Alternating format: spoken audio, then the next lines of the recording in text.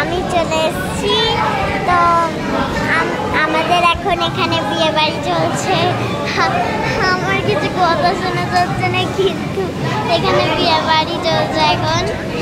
তো আমার একটা বোনও আছে, তো এই বোনটা আমার খুব ভালো লাগে। আর আমি একে খুব আদর করতে চাই, খাও আমি আদর করতে দেয় না। তো চলো দেখি।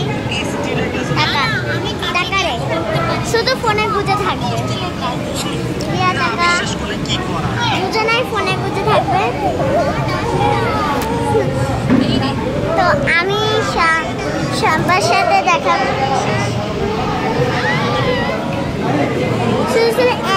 করবে বুনু।